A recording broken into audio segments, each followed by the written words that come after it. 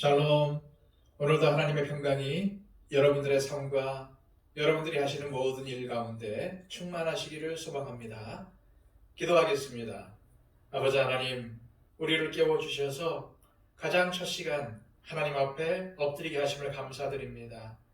나의 힘으로는 살 수 없기에 주님의 힘을 구합니다. 나의 지혜로는 살 수가 없기에 주님의 지혜를 구합니다. 이 시간 예배를 통해서 하나님께 나아가오니 공급하여 주시고 오늘도 우리가 하나님의 사람으로 살아갈 수 있도록 인도하여 주옵소서. 오늘 하루 주님께서 기뻐하시는 삶을 살기를 원합니다. 하나님이 기뻐하시는 일들을 하며 살기를 원합니다. 인도하여 주옵소서. 주장하여 주옵소서. 오늘도 내가 하나님의 자녀임을 잊지 않도록 하여 주시고 내가 오늘 중요하게 여겨야 되는 것은 하나님의 영광을 위한 일이라는 것을 알게 하여 주셔서 오늘도 하나님의 영광을 위해 힘을 다하게 하여 주옵소서. 오늘 하루도 주님께 의탁하오며 예수 그리스도의 이름으로 기도하옵나이다. 아멘.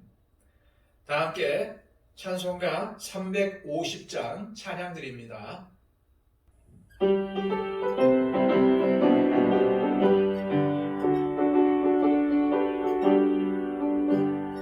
우리들이 가는 것은 별게 아니오, 우리들이 싸울 것은 육체 아니오.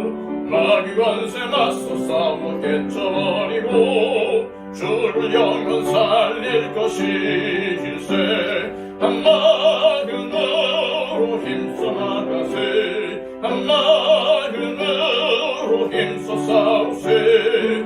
악한 마귀 군사들과 힘써 싸워서 생전고를 울리기까지 우리들이 입은 값은 쇠가 아니오, 우리들이 가진 거는 강철 아니오. 하나님께 받아가진 평화의 복음 거룩하신 말씀이로다.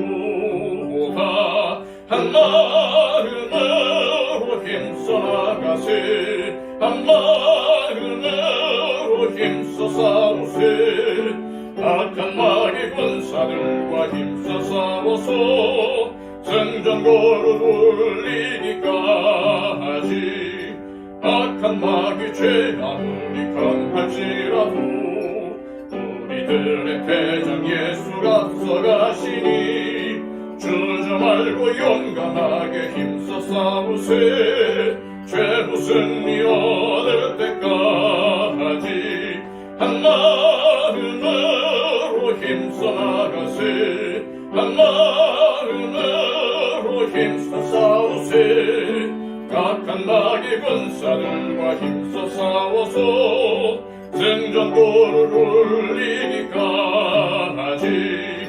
죄악 중에 빠진 사람 죄를 뉘우쳐 십자가에 달린 예수 믿기만 하면 위태한 데 빠진 영혼 구원 얻어서 천국 백성 될 것임일세.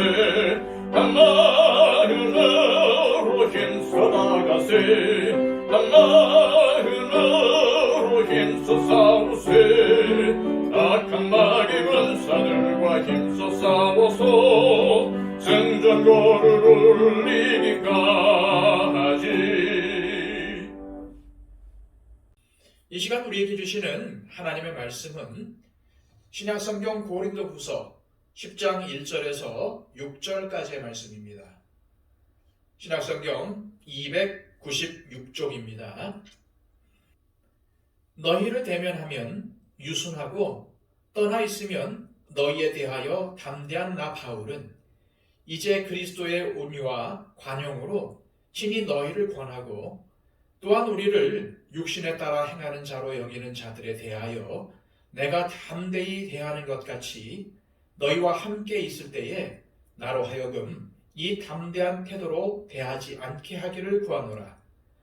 우리가 육신으로 행하나 육신에 따라 싸우지 아니하노니 우리의 싸우는 무기는 육신에 속한 것이 아니요 오직 어떠한 견고한 진도 무너뜨리는 하나님의 능력이라.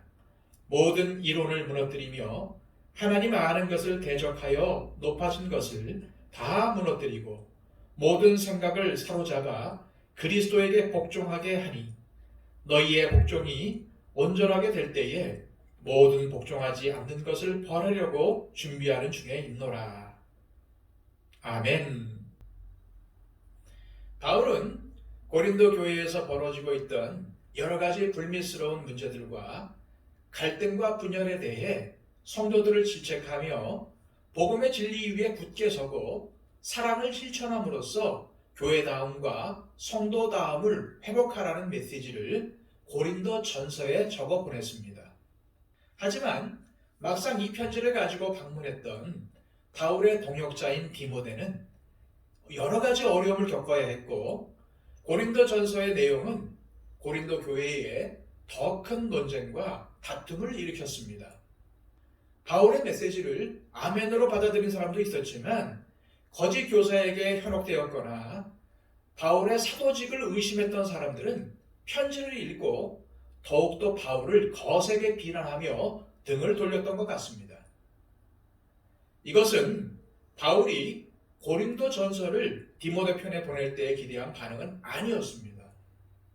그래서 그는 문제의 심각성을 인식하고 원래 마게도냐를 거쳐서 고린도로 가려던 계획을 바꿔서 곧장 고린도 교회를 향해 갔습니다. 하지만 바울이 고린도 교회에 갔을 때 일부 교인들이 그를 극렬하게 비난을 했습니다.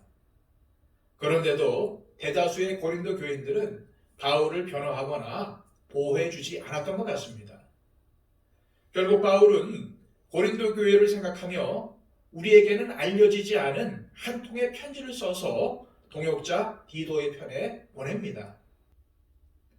바울은 이 편지를 보내면서 얼마나 마음을 졸였는지 모릅니다. 그런데 감사하게도 디도의 탁월한 중재와 바울의 편지 덕분에 고린도 교인들이 회개했으며 바울과 화해를 요청하고 있다는 기쁜 소식을 듣습니다. 그는 너무나도 기쁜 마음에 고린도 교인들과 화해를 원한다는 내용과 함께 주로 용서와 위로와 격려의 메시지를 전했습니다. 또한 교회 안에 어려움으로 지연되고 있었던 예루살렘 교회를 위한 구제헌금에 적극적으로 동참해달라고 당부하면서 이 일을 위해 디도를 포함한 3명의 대표단을 보낸다는 내용의 편지를 써서 또다시 디도의 편에 보냈습니다.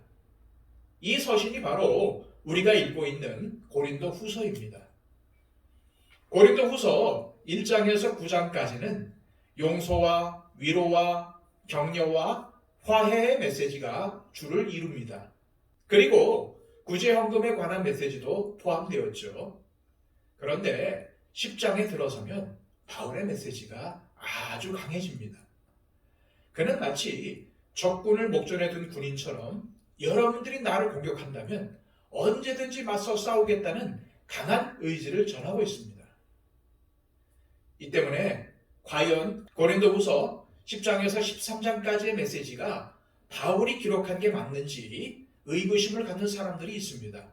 그래서 사람들 중에는 고린도후서가 1장부터 9장까지 기록할 때만 해도 고린도 교회의 상황이 많이 호전이 되었는데 시간이 지나고 나니 또다시 이전처럼 바울의 사도직을 의심하고 비난하는 거짓 교사들이 교회에 들어왔고 그들에게 동조하는 세력들이 생겼다는 것입니다.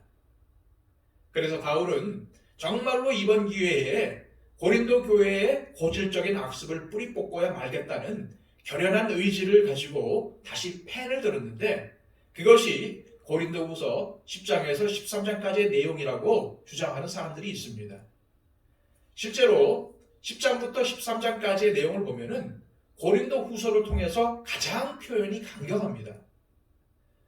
또 어떤 사람들은 바울이 고린도후서 1장부터 9장까지 전했던 메시지는 분명히 고린도 교회의 상황이 많이 회복되었기 때문에 전했던 것이지만 여전히 신앙을 왜곡하고 바울의 사도직을 흔들려는 극소수의 대적자들이 교회에 아직도 존재해 있었기 때문에 이번을 계기로 다시는 악한 짓을 하지 못하게 하려고 그 어느 때보다도 강한 어조로 메시지를 전했다는 것입니다.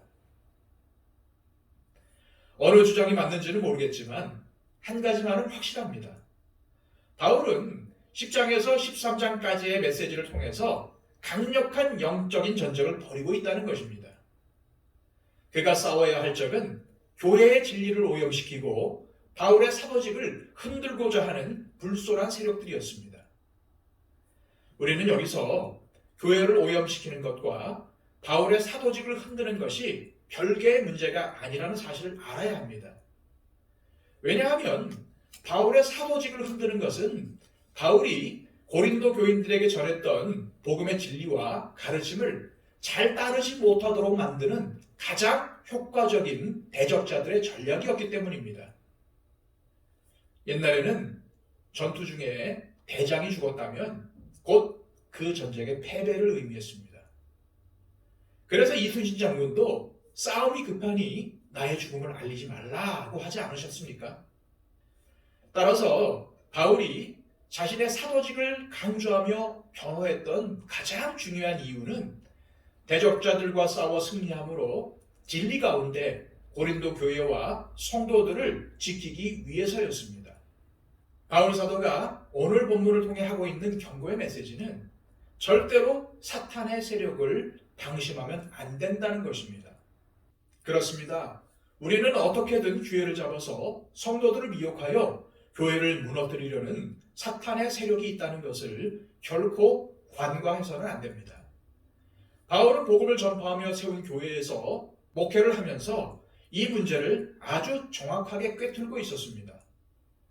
그래서 그는 고린도후서만 아니라 다른 서신에서도 성도들은 사탄의 세력을 경계하며 영적 싸움을 싸울 것을 강조했던 것입니다.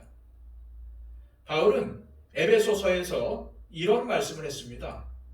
마귀의 관계를 능히 대적하기 위하여 하나님의 전신갑주를 입으라. 우리의 씨름은 혈과 육을 상대하는 것이 아니요 통치자들과 권세들과 이 어둠의 세상 주관자들과 하늘에 있는 악의 영들을 상대함이라. 그러므로 하나님의 전신갑주를 취하라. 이는 악한 날에 너희가 능히 대적하고 모든 일을 행한 후에 서기 위함이라. 또 앞서 보았던 고린도후서 2장에서도 바울은 여러분들의 마음을 아프게 한 자를 이제는 용서하라는 메시지를 전하면서 그렇게 해야 하는 이유는 우리가 사탄에게 속지 않기 위해서라고도 했습니다. 무슨 말입니까? 교회의 분열과 갈등을 조장하여 교회를 무너뜨리려는 사탄의 전략에 말려들지 않기 위해서는 우리가 형제와 자매를 용서하고 기꺼이 품어줄 수 있어야 한다는 것입니다. 오늘 본문에서 바울은 이런 말씀을 전합니다. 4절입니다. 우리의 싸우는 무기는 육신에 속한 것이 아니요 오직 어떤 견고한 진도 무너뜨리는 하나님의 능력이라. 바울은 자신을 대적하면서 교회를 왜곡되게 변질시키고 다시 분열과 갈등을 조장하려는 악한 세력들에 대적하기 위해서 얼마든지 맞설 준비가 되어 있으며 이 영적 전투에서 자신이 어떠한 무기를 가지고 싸울 것인지 밝혔습니다. 그 무기가 무엇입니까? 어떠한 견고한 진도 무너뜨리는 하나님의 능력입니다. 사랑하는 여러분, 절대로 사탄에게 속지 마십시오. 교회는 언제든지 악한 세력들에 의해서 흔들릴 수 있습니다. 특히 전통이 오래된 교회일수록 그 교회가 가지고 있는 악습이 존재하기 마련입니다. 목회자의 영적 권위를 존중하지 않는 악습이 존재할 수 있습니다. 또한 고린도 교회처럼 분열을 겪었던 교회는 조금만 사랑이 식으면 또 편을 가르고 다툴 수 있습니다. 헌금 문제가 투명하지 못해서 문제가 생겼던 교회는 제도를 개선하고 노력해서 신뢰를 회복했다고 해도 조금만 문제가 발생하면 그러면 그렇지라는 분위기가 퍼지면서 또다시 교회에 대한 신뢰도가 급격히 무너져 내릴 수 있습니다. 오늘 본문을 보더라도 고린도 교인들이 회개하고 교회를 개혁하는 일에 최선을 다했지만 여전히 교회 안에 뿌리 깊은 악습은 어떤 식으로든지 남아 있었습니다. 그래서 바울은 교회 분위기가 좋아지고 성도들과의 관계가 많이 회복되었다고 해도 방심하지 않고 악한 세력과는 단호히 맞서고자 했던 것입니다.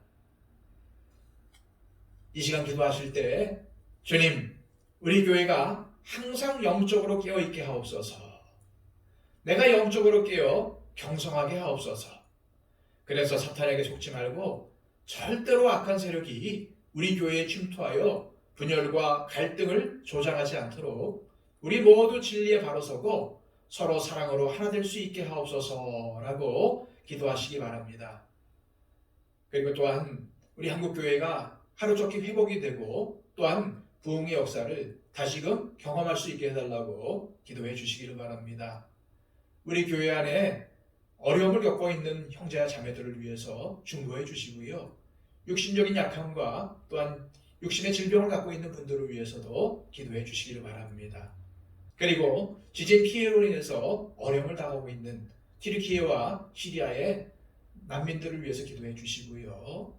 그리고 이 세상 가운데 복음을 들고 어떠한 오지든 가서 복음을 전파하는 우리 선교사님들을 위해서 기도해 주시기 바랍니다. 우리 다 함께 기도하겠습니다.